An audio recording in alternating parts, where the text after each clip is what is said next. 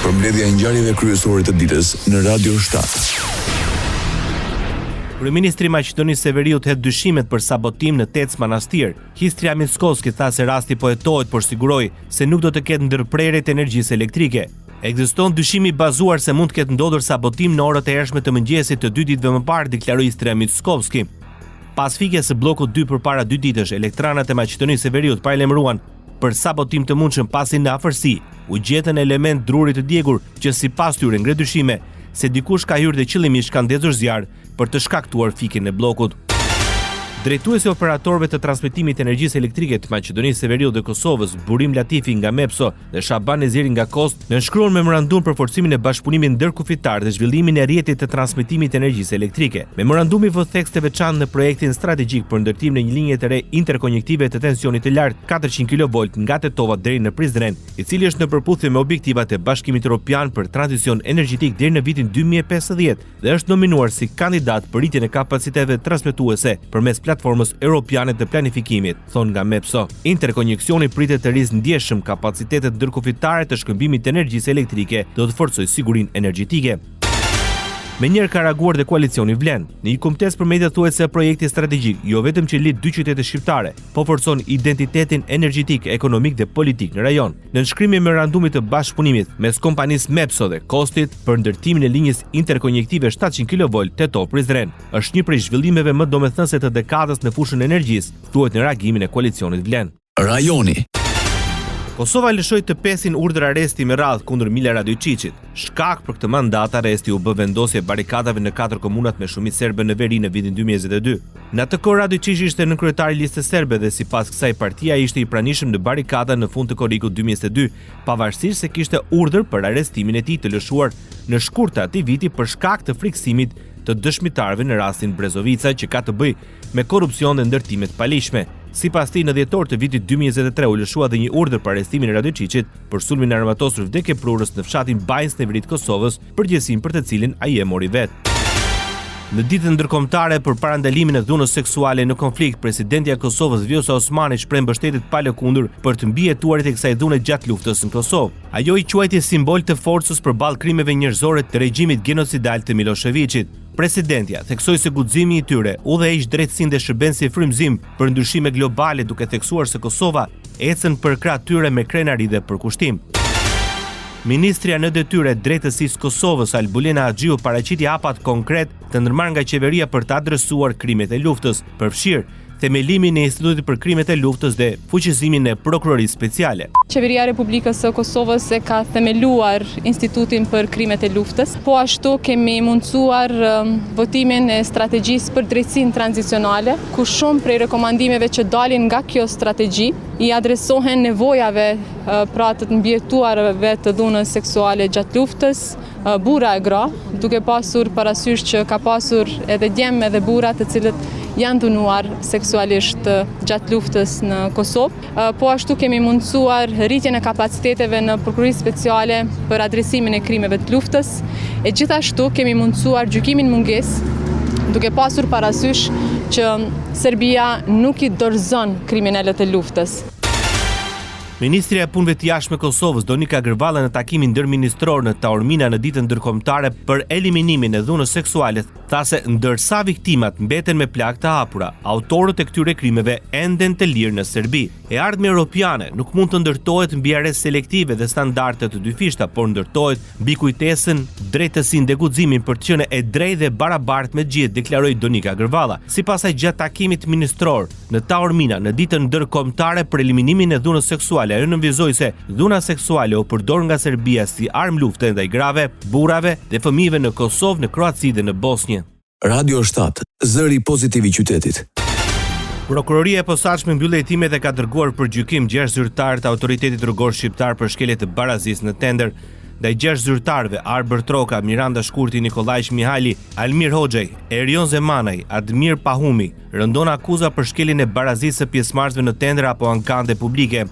Sipas prokurorisë speciale, zyrtarët kanë shkelur ligjin në tenderin me vlerë për 22 milion euro për rehabilitimin e segmentit rrugor mbi kalimi Pallati me Shigjeta dhe rreth rrotullimi Shqiponja në Unazën e Re në Tiranë, të shpallur më 14 qershor 2019 dhe firmosur më 22 tetor 2019. Organi akuzës akuzon 6 zyrtarë se gjatë procedurës tenderuese favorizuan kompaninë Salillarit të Pëllum Salillarit për të fituar tenderin së bashku me kompaninë tjetër Bajrami N, me pronarin Hafiz Bajramin, edhe pse nuk kishin ofertën më të mirë. Kryetare e Kuvendit Elisa Spiropali nga samiti i Asamblesë Parlamentare të NATO-s mbajtur në Bruksel konfirmoi qëndrimin e Shqipërisë se përkrah të drejtën e Izraelit për vetëmbrojtje. Ajo i bëri thirrje Iranit të ndërpresë aktivitetet bërthamore dhe raketat balistike dhe të respektojë ligjin ndërkombëtar. Mi bëjmë thirrje Iranit të ndërpresë aktivitetet e tij bërthamore dhe të raketave balistike dhe të veprojë në përputhje me detyrimet e tij sipas ligjit ndërkombëtar, përfshirë traktatin për mosperhapjen e armëve bërthamore. Një botë që po del jashtë kontrollit kërkon që ne të jemi shumë vigjilentë të gjitha frontet, përfshirë rajonin ton. Në Ballkanin Perëndimor, ndikimet keqdashëse vazhdojnë përpjekjet e tyre për të destabilizuar institucionet demokratike, të nxisin dasi dhe të minojnë aspiratat euroatlantike. Thirrja e latëve të kenë një angazhim të fuqishëm në rajon, tha Elisa Spiropali. Shqipëria beson fort se siguria e Ballkanit Perëndimor është e pandashme nga siguria e Evropës dhe gjithë hapësirës më të gjerë të NATO-s. I bëjmë thirrje aleatëve dhe partnerëve tanë të kenë një angazhim të fuqishëm politik dhe ushtarak në rajonin tonë. Samiti përkon me 70 vjetorin e krijimit të Asamblesë Parlamentare të NATO-s. Marrëdhëniet ndërmjet Shqipërisë dhe Kosovës ishin në thelb të takimit ndërmjet kryeministrit Albin Kurti dhe ambasadorit të Shqipërisë në Prishtinë Petrit Malej. Sipas njoftimit nga kryeministria, ata diskutuan për thellimin e bashkëpunimit ndërmjet dy vendeve në fusha të ndryshme, duke përfshirë ekonominë, infrastrukturën, sigurinë dhe fusha të tjera në kuadër të cilave po zbatohen marrëveshjet e nënshkruara ndërmjet Qeverisë së Republikës Kosovës dhe Qeverisë së Republikës së Shqipërisë. Gjatë këtij takimi u diskutua edhe për procesin e konstituimit të kuvendit dhe forcimin e institucioneve të legjislaturës së nëntë. Bota. Vjojnë sulmet Izrael-Iran. Më shumë se 60 avion luftarak izraelit u përfshin në goditje duke hedhur 120 municione.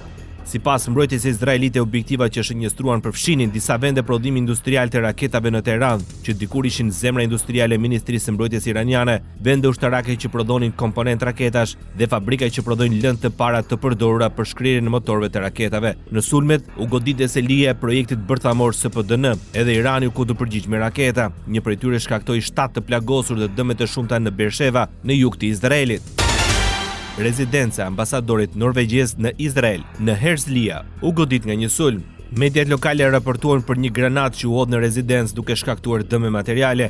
Asnjë antar i stafit të ambasadës nuk u lëndua gjatë incidentit, thuhet në deklaratën e Ministrisë së Jashtme norvegjeze. Një takim i ministrave të jashtëm të Gjermanisë, Francës, Mbretërisë Bashkuar me ministrin iranian Arkagi dhe profesuesin e lartë të Bashkimit Evropian për politikë të jashtme do të zhvillohet në Gjinev. Ka ende kohë për të arritur një marrëveshje diplomatike, paralajmëroi Britaniku Lejmi. Irani kushtozon negociatat me Shtetet e Bashkuara të Amerikës. Ministri i jashtëm iranian Abbas Arkagi thotë se nuk do të ketë bisedime me Shtetet e Bashkuara për sa kohë vazhdojnë sulmet izraelite. Edhe presidenti amerikan Donald Trump thiri një tjetër mbledhje të Këshillit të Sigurisë për të vlerësuar zhvillimet e fundit. Udhëheci suprem Khamenei në një mesazh të regjistruar kërcënon me pasoja të pariparueshme në rast të një sulmi amerikan. Benjamin Netanyahu mohon përplasjet me presidentin Donald Trump. Izraeli nuk ka pasur kur një mik më të mirë se Donald Trump, është shprehur kryeministri Netanyahu, pasi u pyet për përfshirjen e mundshme të SBA-s në sulmin ndaj Iranit. Netanyahu përgjigj se kjo varet nga Donald Trumpi. Ai di rregullat e lojës. Udhëheci izraelit pranoi gjithashtu koston personale të luftës, duke zbuluar se djali i tij e kishte shtyrë dasmën për shkak të konfliktit vazhdueshëm. Duke komentuar mbi Iranin, Netanyahu deklaroi se rënja e regjimit iranian varet nga vetë populli iranian, por theksoi se Izraeli po krijon kushte për të ndihmuar ata të arrijnë këtë. Ministri izraelit i mbrojtjes, Israel Katz, paralajmëroi udhëhesin e Hezbollahut, Naim Kasem, të veprojë me kujdes. Reagimi erdhi pas komenteve se grupi i tij terrorist do të veprojë siç e shet të arsyeshëm në përgjigje të luftës vazhdueshme midis Izraelit dhe Iranit. Udhëhesi i Hezbollahut nuk ka mësuar nga paraardhësit e tij dhe kërcënon të veprojë kundër Izraelit, tha Katz, duke referuar i shkreut të Hezbollahut Hasan Nasrallah, i cili u vra nga Izraeli në muajin shtator. I sugjeroi përfaqësuesit libanez të jetë i kujdesshëm dhe të kuptojë se Izraeli ka humbur durimin me terroristët që e kërcënojnë. Nëse ka terror, nuk do të ketë Hezbollah, paralajmëroi ministri izraelit i mbrojtjes. Moska kundërshton çdo formë të mundshme ndryshimi të regjimit në Iran. Është e papranueshme dhe vrasja e udhëhesit suprem të vendit do të hapte kutinë e Pandorës, deklaroi zëdhënësi i Kremlinit Dmitri Peskov në intervistë për Sky News. I pyetur se si do reagonte Rusia nëse Izraeli me ndihmën e Shteteve të Bashkuara do të vriste Ayatollah Ali Khamenei, Peskov theksoi: Very negatively. We will strongly disapprove it. Well, actually, it will lead to an action coming from inside Iran, and it will lead to to birth of extremist moods inside Iran. And those who are speaking about that, they should keep it in mind. They will open the Pandora box. Shumë negativisht, ne do ta kundërshtonin fuqishëm atë. Kjo do të çojë në një veprim që vjen nga brenda Iranit, do të çonte në lindjen e atmosferave ekstremiste në Iran. Dhe ata që flasin për brasin e Khamenei duhet ta mendojnë këtë, tha Peskov. Ai shtoi gjithashtu se ndryshimi i regjimit në Iran është i paimagjinueshëm, duhet të jetë i papranueshëm, madje të flasësh për këtë duhet të jetë e papranueshme për të gjithë, tha zëdhënësi i Kremlinit. Ndoqët edicionin informativ të lajmeve në Radio 7, zëri pozitiv i qytetit.